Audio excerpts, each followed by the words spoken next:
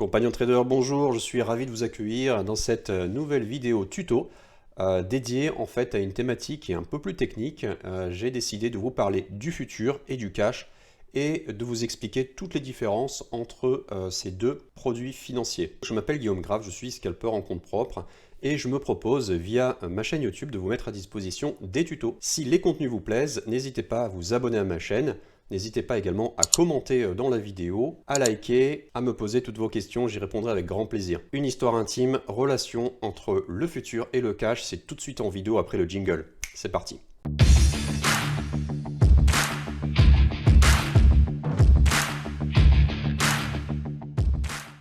Alors, le plan du jour. Aujourd'hui, nous allons voir d'abord un petit rappel de la définition de ce que c'est un futur ou bien un contrat à terme. On va également expliciter ce qu'est le cash. Ensuite, nous allons nous parler de l'intérêt qu'ont les futurs par rapport à l'indice cash. Dans cette vidéo, j'ai prévu de vous donner un maximum d'explications pour que vous puissiez bien comprendre comment marchent les futurs. Enfin, je vais faire un petit arrêt sur image sur le mécanisme technique qui régit en fait les futurs et l'indice cash. Vous verrez, tout est lié et normalement à la fin de la vidéo, vous aurez absolument tout compris.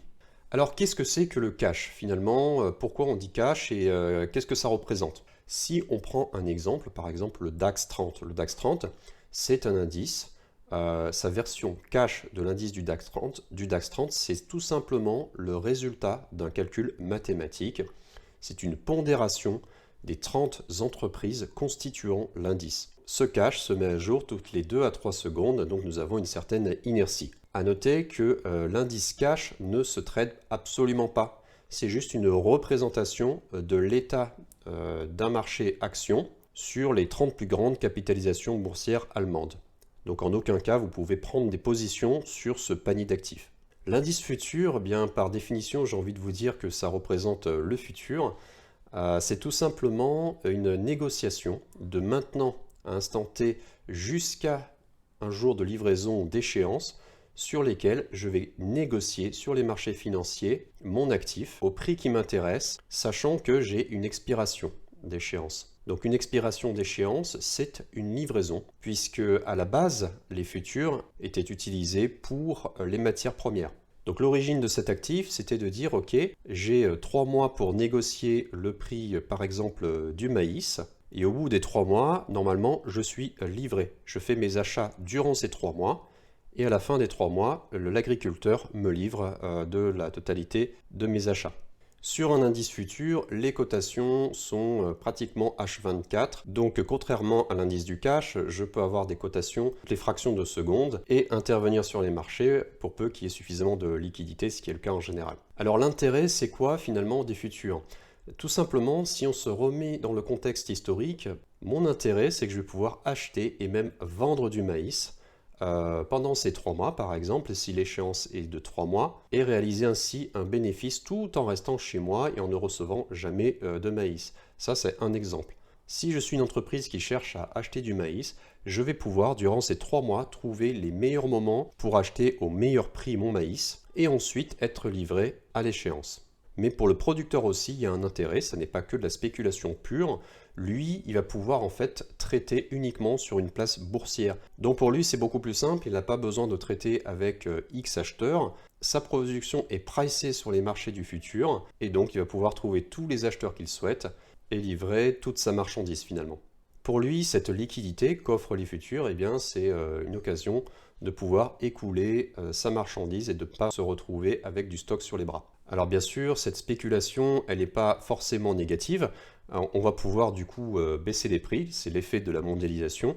Si je mets en fait en face plusieurs acheteurs et plusieurs vendeurs, eh bien je vais pouvoir avoir en fait un pricing le plus juste possible, le plus proche possible de la réalité. Une question du coup qu'on peut se poser, c'est pourquoi le cash, au final, l'indice cash, reproduit-il l'indice futur? Très souvent, le futur cote légèrement au-dessus de l'indice cash et on se demande finalement, puisque c'est une place de pari, le futur, dans quelle mesure l'impact de ces transactions viennent modifier finalement le prix de l'indice cash. Si on revient par exemple sur le DAX 30, très souvent sur futur, je vais avoir des acheteurs et des vendeurs, beaucoup de liquidités Et finalement, sur l'indice du cash, c'est juste le résultat d'un calcul de pondération des 30 entreprises constituant le DAX. Donc dans quelle mesure des acheteurs et des vendeurs sur une place boursière des futurs peuvent-ils impacter le résultat d'un calcul sur l'indice du cash? Eh bien tout simplement parce que les futurs, là où s'échangent en temps réel et pas uniquement de 9h à 17h30,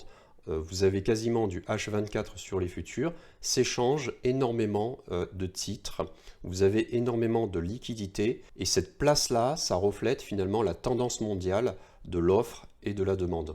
Donc en fait, c'est un excellent benchmark pour pricer un actif ou pricer une marchandise. Et ce benchmark-là, in fine, va se retrouver dans le prix de l'actif en question, c'est-à-dire dans le prix du cash. Si on reprend l'exemple du producteur de maïs, eh bien lui, il va avoir l'obligation finalement de s'aligner sur le marché. Si sur futur, par exemple, son maïs cote, je ne sais pas, 100 $ le paquet, eh bien, il devra s'aligner avec ce prix-là. S'il ne le fait pas, alors ses concurrents le feront à sa place et donc le prix du marché de toute façon va s'adapter et se mettre en phase. Donc même si sur futur on achète ou on vend, en fait on passe des transactions sur une livraison à échéance, eh bien on va impacter le prix du réel à un instant T de cet actif-là. Donc on voit bien dans cette relation finalement que soit on achète ou on vend maintenant du maïs, on va le payer finalement au comptant. Dans ce cas-là, en fait, vous allez avoir un prix marché. Mais ce prix marché, il ne faut pas oublier qu'il est négocié sur des places futures et donc il est forcément en phase avec ce prix-là. Alors maintenant, le mécanisme. Vous avez sûrement remarqué que les prix sur futurs sont souvent légèrement supérieurs aux prix sur le cash. Pourquoi? Alors je dirais, pour faire simple, que de toute façon, quand on négocie des prix pour une livraison à échéance, on a toujours un prix qui sera légèrement supérieur que le prix à un instant T. Eh bien, tout simplement parce que la tendance va vers la cherté. Les prix en général ont tendance à augmenter avec le temps. D'autant plus, ça se comprend très simplement, c'est que comme en fait l'échéance n'est pas pour tout de suite, elle est pour 3 mois, 6 mois, bien en fait on va forcément anticiper cette hausse des prix et donc pricer légèrement en fait au-dessus du prix à un instant T. D'autant plus que comme en fait la livraison sera effectuée à une échéance précise, et bien en fait il faut stocker cette matière-là, il faut la stocker et donc ces frais de stockage-là font également partie du pricing sur futur. Alors sur cette dernière slide, je vous ai fait un petit graphique pour vous résumer comment se passe en fait l'évolution de l'indice futur versus l'indice du cash. En orange sur le graphique, vous avez par exemple un indice, prenons le DAX futur. En noir, vous avez le même indice, mais la version cash de l'indice, c'est-à-dire l'indice qui est le résultat d'un savant calcul mathématique. Et bien finalement, entre le début de l'échéance, mettons le 1er juillet, et la fin de l'échéance, mettons fin septembre, vous avez une évolution qui va vers une diminution du delta entre le DAX futur et le DAX cash. Ce delta, en fait, il est appelé également premium. Le premium, c'est cette différence-là, également appelé le spread, on peut appeler ça un premium ou un spread. Et ce premium, finalement, c'est plusieurs choses. C'est un taux d'intérêt qui va aller en diminuant, plus on s'approche de l'échéance et plus ce taux d'intérêt va tendre vers zéro. Et également, vous avez le rendement de l'indice, c'est-à-dire les détachements de dividendes. Donc au final, comme on le voit sur ce graphique, le DAX futur ou le DAX cash, c'est absolument la même chose, sauf que le DAX futur va nous permettre de s'échanger des titres, d'acheter et de vendre, de faire des ventes à découvert. C'est donc un énorme avantage pour qu'on puisse le trader. Alors là, j'ai parlé du DAX futur, probablement, c'est pas forcément quelque chose que vous tradez. En général, on connaît mieux la version CFD. Donc la différence entre un DAX futur et le DAX CFD, c'est juste le fait que le DAX CFD est une copie du DAX futur, sauf que c'est une copie localisée chez votre courtier, sans les contraintes des échéances. Voilà, j'espère qu'en fait ces explications vous auront permis d'avancer dans la compréhension du trading. C'est de la culture générale, il faut savoir comment marche un indice futur et comprendre donc du coup les différences avec l'indice cash. J'espère qu'en tout cas ça a été très clair pour vous.